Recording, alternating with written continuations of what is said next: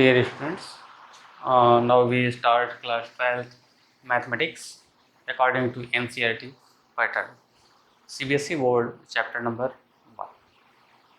सबसे पहले इसमें हम लोग रिलेशन फंक्शन के थियरी सेक्शंस को देख रहे थे, जिसमें हम लोग टाइप्स ऑफ रिलेशंस की बात कर रहे थे। इसके पहले वाली वीडियोज में यहीं से कंटिन्यू करते हैं।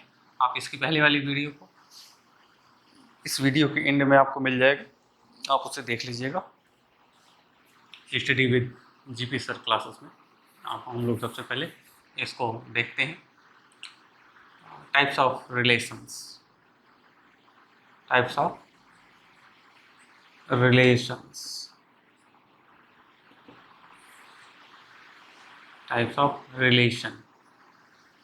तो सबसे पहले हम लोग देखें कि कुल कितने प्रकार के रिलेशन हैं। तो हम यहाँ सबको लिख रहे हैं। Number first, null relation, a relation, or empty relation, empty a relation, और smallest relation, ये सब इसी का नाम है। smallest relation, relation। दूसरा लार्जेस्ट रिलेशन, लार्जेस्ट रिलेशन, और यूनिवर्सल रिलेशन, यूनिवर्सल रिलेशन।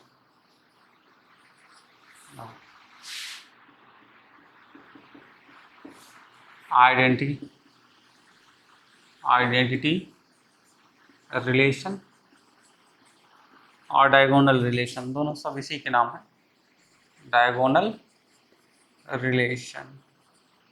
इस प्रकार से हम देख रहे हैं। Next,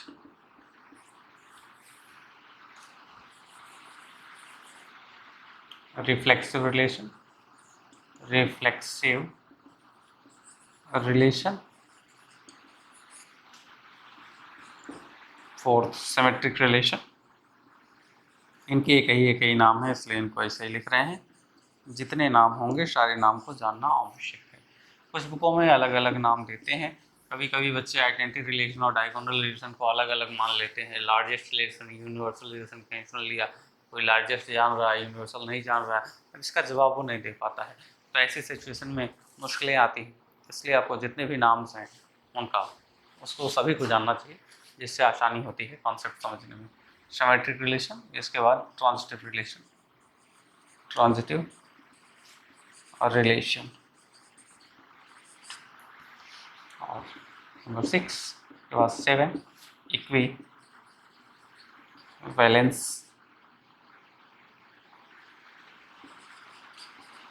relation, relation. नंबर 8, ये यहाँ तक हमारे कोर्स में है, जो हम 12th के कोर्स में देखेंगे। लेकिन कुछ रिलेशंस हम और लिख रहे हैं जो आपके कोर्स में नहीं है, लेकिन जानना चाहिए। एंटी सिमेट्रिक, सिमेट्रिक रिलेशन, ये आपको आईआईटी में भी नहीं है, ये आपको आईआईटी जैम और गेट में, आईआईटी की प्रिपरेशन जब आप कर रहे होंगे केमिस्ट्री के बाद गेट के लिए, वहाँ पे आपको मिलेगा anti symmetric relation, relation. Now 9th, partial order, order और रिलेशन। ये इतने रिलेशंस को हम लोग देखेंगे। ये जो 9 रिलेशन है, जिसमें से सबसे पहले हम लोग स्टार्ट करेंगे। फर्स्ट, नल रिलेशन और एम्प्टी रिलेशन और स्मॉलेस्ट रिलेशन। सबसे पहले एक एक को देखते चलेंगे इसी क्रम में। ये आपका जो नल रिलेशन है, जैसा कि नाम से ही स्पष्ट है, क्लियर है। ये नल रिलेशन का मतलब एक ऐसा रिलेशन जिसमें एक भी एलिमेंट ना हो, उसे हम नल रिलेशन कहते हैं। It is denoted by 5, r equal to 5 और r equal to within curly bracket that is called null relation. ठीक है, आप कैसे लिखेंगे डिफिनेशन? लिखेंगे a relation which has no any element present, therefore that relation is called identity relation, I'm sorry null relation or empty relation or smallest relation, है ना? When r is equal to 5 or r is equal to within curly bracket having no any element is called empty relation or null relation। ये example हो गया। Second,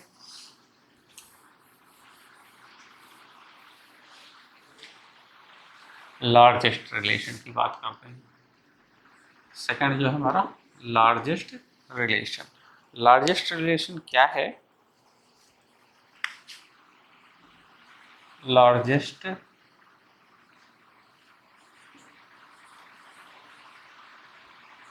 relation, suppose R is equal to A cross B, है ना? अगर दो sets हैं उनकी Cartesian product लिए जाए और सारे एलिमेंट को अगर हम कार्टेशियन प्रोडक्ट के उसमें रख लें तो हम उसे लार्जेस्ट रिलेशन कहते हैं। ठीक है, तो R equal to E cross B is largest relation of any sets. तो ये आपका हो गया। जैसे जो एग्जाम्पल की बात करें, if x is a set x equal to ab, therefore r equal to aa bb ab ba is called largest relation. इसके पहले हम लोग इससे रिलेटेड जो इसी शायद सो दो एलिमेंट्स हैं ए और बी, इससे रिलेटेड जो 16 रिलेशंस मिलते हैं उन 16 को लिखे थे और हम देखे थे कि लार्जेस्ट रिलेशन यही होता है। इसे हमने इसके पहले वाले क्लास में इसको बताया था। इसके पहले वाली वीडियोज़ को अगर आप देखेंगे तो आपको ये सब मिल जाएगा उसमें। तो एक एग्जाम्पल से ये हमने इसको ले लिया। अब इसके बाद नेक्स्ट जो थर्ड रिलेशन है हमारा डायगोनल रिलेशन और आइडेंटिकल रिलेशन या आइडेंटिटी रिलेशन, ये बहुत इंपॉर्टेंट है। देखिए, a relation is said to be diagonal relation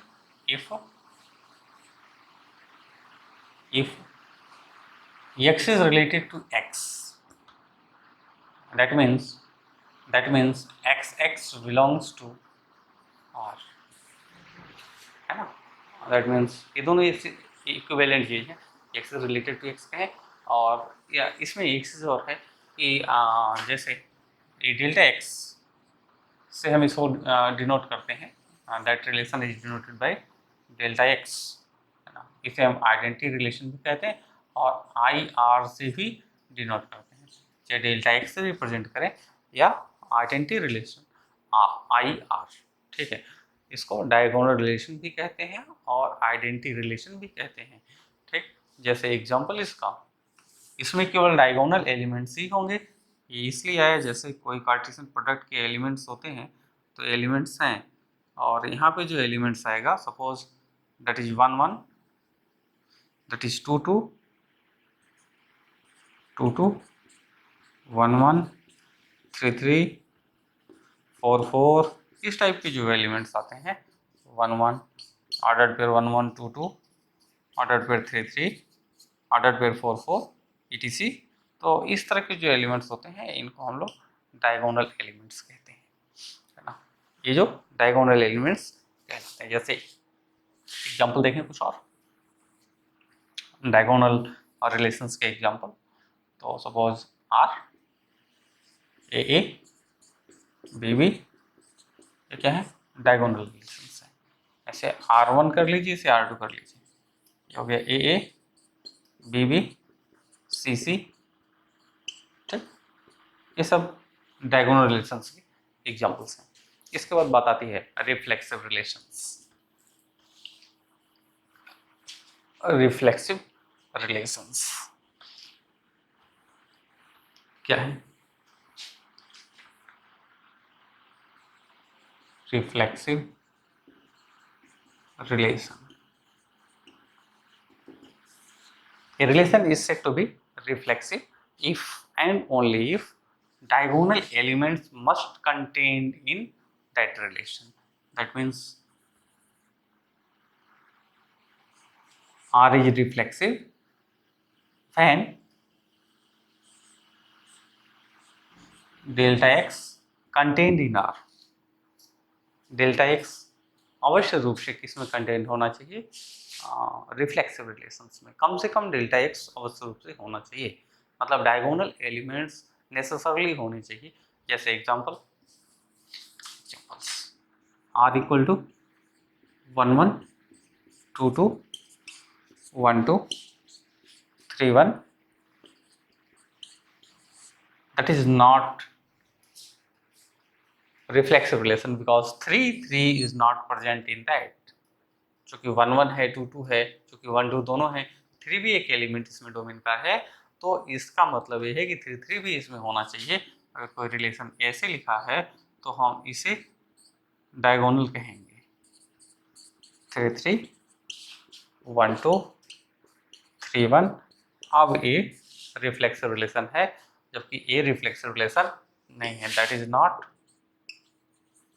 reflexive but that is reflexive relation, that is not reflexive relation and that is reflexive relation।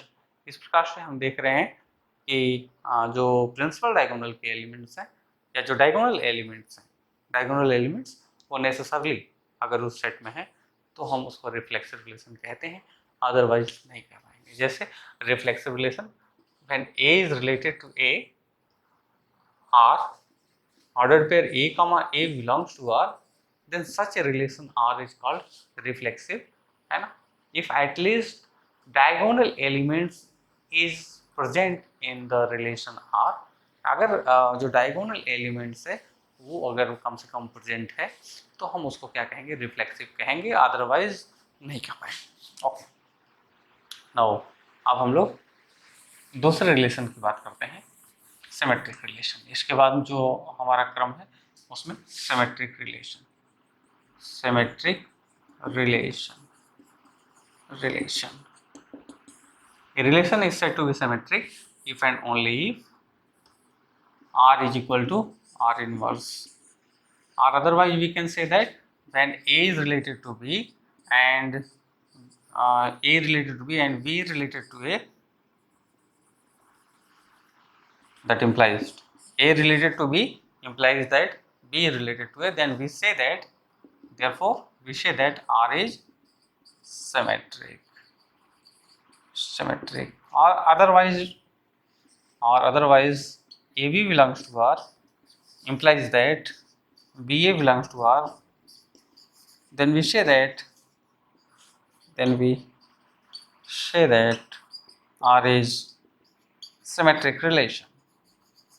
Symmetric relation मतलब जब A B ऐसे सीधा वाला जो है इसका उल्टा वाला, अगर इसको पलट दिया जाए तो बी इधर आ जाएगा, कम्यूट कर जाए, है ना। तो अगर ए बी आर में है तो बी ए भी अगर आर में है, अगर दोनों आर में हैं तभी हम इसको कह पाएंगे कि ये सिमेट्रिक रिलेशन है। इसका मतलब इसको चेक करने का एक ही तरीका है कि जब आर, इसके लिए इम्पॉर्टेंट जो कंडीशंस है वो हमें ध्यान में रखना है, R equal to R inverse, that is note करके आप लिख लेंगे R equal to R inverse. अगर R इनवर्स के बराबर है और अगर हम उसका इनवर्स निकालते हैं, अभी इनवर्स रिलेशन की बात करेंगे। इसके बाद जो हमारा जो 9 रिलेशन हमने लिखा, एक रिलेशन छूट गया था, इनवर्स रिलेशन, है ना, या हम उसको कहें कि इनवर्स ऑफ कंपोजिशन छूटा नहीं है, इसको हम अलग से फंक्शंस के फॉर्म में देखते हैं, है ना। जैसे एक अलग प्रकार का जैसे कंपोजिशन रिलेशन है, ये दो रिलेशन के ऊपर कंपोजिशन है, ऐसे इनवर्स को इनवर्स रिलेशन कंपोजिशन रिलेशन के बाद देखते हैं, जिसे हम छूटा नहीं टाइप्स ऑफ रिलेशन में नहीं देखते, सब स्पेशल टाइप्स ऑफ रिलेशन में देखते हैं, जो इसके बाद हम लोग इसको डिस्कस करेंगे।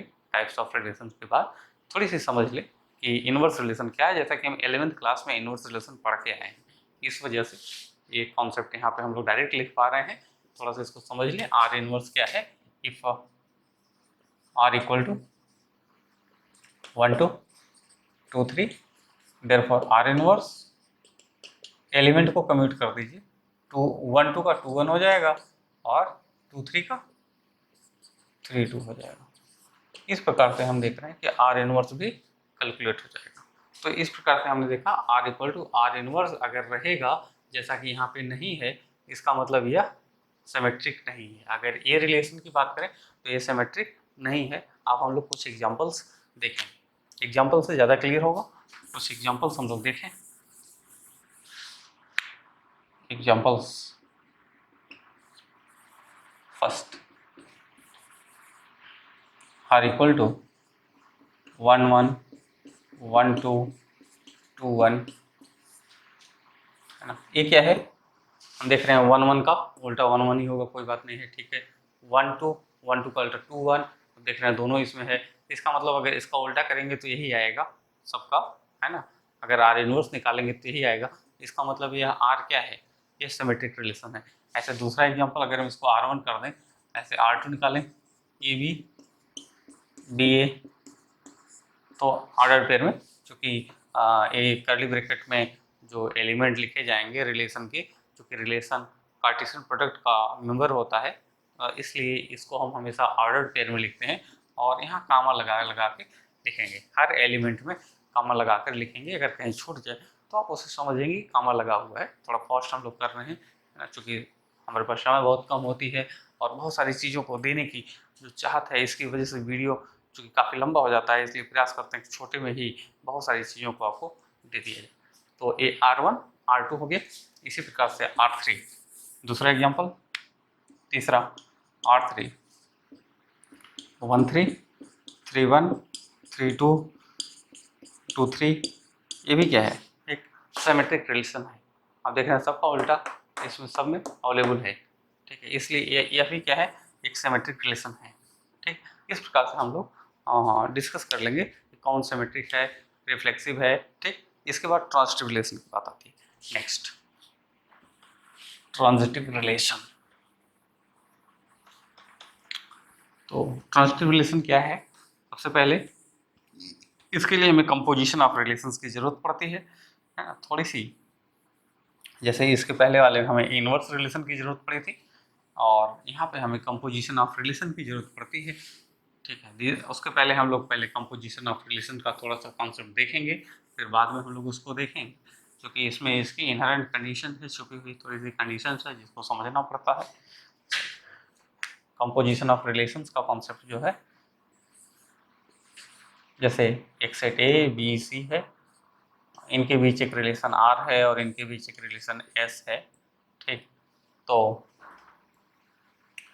अगर हम लोग इसको ले लें एक्स वाई जेड, अगर एक्स वाई से रिलेटेड है और वाई जेड से रिलेटेड है, इसका मतलब एक्स जेड से रिलेटेड होगा, ठीक। एक्स जेड से रिलेटेड होगा और इस रिलेशन को कहेंगे आर कंपोजिट एस। उल्टा पढ़ते हैं आर कंपोजिट एस, इसको अभी काफ़ी डिटेल में देखेंगे जब हम कंपोजिशन ऑफ रिलेशंस की बात करेंगे। यहाँ सिर्फ ये समझना है कि जब हम आर कंपोजिट आर की बात करेंगे, आर कंपोजिट आर उल्टा लिखते हैं, इधर से पढ़ेंगे आर कंपोजिट आर इस सबसेट ऑफ आर, ये इसकी कंडीशंस होगी, इनहेरेंट कंडीशन। जैसे वहाँ पे हमारे पास थी R equal to R inverse symmetric के लिए, और उसके लिए क्या थी, delta X contained in R. और रिफ्लेक्सिव के लिए, रिफ्लेक्सिव के लिए ये कंडीशन, सिमेट्रिक के लिए ये कंडीशन, और ट्रांजिटिव के लिए ये कंडीशन। ये कंडीशन बहुत इंपॉर्टेंट है कंपटीशन के लिहाज से, जैसा कि IITs में जो क्वेश्चन बनते हैं इस टाइप के क्वेश्चंस, उसके लिए ये काफ़ी इंपॉर्टेंट है। तो इसे, जबकि आपके बोर्ड की बुकों में ऐसी बातें सब नहीं लिखी हुई हैं, लेकिन ये कंपटीशन के लिए बहुत इंपॉर्टेंट है। ये आपकी NCERT के बुकों में अवेलेबल नहीं है, लेकिन हमारा जो थियरी का जो क्लास होता है ये थोड़ा सा वाइड होता है, काफ़ी डीप में हम जाते हैं इसको लेकर। तो ये जो सारी चीज़ें हैं ये आपकी बुक्स में नहीं मिलेंगे, ये आपको हायर एजुकेशन में मिलेंगे। लेकिन जानना चाहिए कि ये इनकी जो मेन कंक्लूजन है, इसका जो मेन थिंग्स है उसको पकड़िए कि ये इंपॉर्टेंट थिंग्स है। जैसे हम ट्रांजिटिव रिलेशन की बात करेंगे तो ये चीज़ हमको चेक करना पड़ेगा। कोई रिलेशन जैसे बच्चों को दिया जाता है छांटने के लिए कि आप चलिए इसमें से निकालिए कौन सा रिलेशन ट्रांजिटिव है या नहीं है, तो इसको डिस्टिंग्विश नहीं कर पाते हैं। चूँकि वो डिस्टिंग्विश इसलिए नहीं कर पाते क्योंकि इनको ये चीज़ें नहीं पता होती है कि कैसे हम इनको करें। तो सबसे पहले जो आर कंपोजिट आर है, ये सबसेट ऑफ आर होना चाहिए, ठीक। इसको हमें इसके लिए अगर इम्पॉर्टेंट कंडीशन के रूप में देखा जाए तो एक ट्रांजिटिव रिलेशन तभी होगा जब इस कंडीशन को फॉलो करेगा। देखिए एक डिफिनेशन क्या है ट्रांजिटिव रिलेशन की, a relation is said to be transitive relation if and only if R composite R is subset of R. एक तो ऐसे कह लिए, दूसरा ऐसे a is related to b and b is related to c, that implies a related to c, है ना। और हम इसको ऐसे कहें a b belongs to R and b c belongs to R, b c belongs to are, that implies A C belongs to R. अगर कोई इस कंडीशंस को फॉलो करता है तो हम इसको कहते हैं कि ये रिलेशन ट्रांजिटिव रिलेशन है, ठीक है। ट्रांजिटिव रिलेशन के एग्जांपल्स क्या हैं? आर, अगर कोई सिंगलटन एलिमेंट लिख दिया गया है तो इसका तो ए ऑलवेज ट्रांजिटिव रिलेशन होंगे। जितने भी सिंगलटन एलिमेंट अगर लिखे हुए हैं सेट में तो ऑलवेज ट्रांजिटिव रिलेशन होंगे, उसकी कोई चिंता करने की, क्योंकि फाई के साथ जब कुछ है ही नहीं तो हम किसके साथ इसका कंपोजिशन करेंगे? कुछ नहीं तो फाई है, इसका मतलब फिर वो वही चीज़ आनी है, इसलिए कोई फर्क नहीं पड़ता, ठीक है। तो ये सिंगलटन। दूसरा, अगर इसको R1 करें R2 कर दें, A B B A B B, ये भी हमारा ट्रांजिटिव रिलेशन है। अगर हम इसको देखेंगे जैसे वी वी, अगर इन दोनों कंपोजिट करें, देखिए ए मिला, ए इसमें है, ठीक, जैसा कि कह ही रहा है कि ऐसा होना चाहिए, ठीक है। अब इसके बाद देखिए इसका एंड बी से है, अब जिसका एंड बी से है उसको फिर पकड़िए। अब देखिए इसको, इनको कंपोजिट करेंगे ए बी इसमें है, ए बी भी मिल गया, ठीक है। और इसको जो मिलाया था इससे तो ए भी इसमें मिल गया, ठीक है। इस प्रकार से सबको कंपोजिट करेंगे, ए बी वाला हो गया। अब इसके बाद हम देखेंगे इसका एंड ए है, अब जिनका एंड ए से कंपोजिट करें, देखिए बी इसमें मिला, ठीक। अब इसके बाद ए वाला इसके साथ इनको कंपोजिट किया जाएगा, बी सब मिल गया, सारे के सारे एलिमेंट इसी में है, इसका मतलब R2 क्या है? ट्रांजिटिव रिलेशन है, ठीक है। इस प्रकार से हम उनको कंपोजिट करके चेक करेंगे।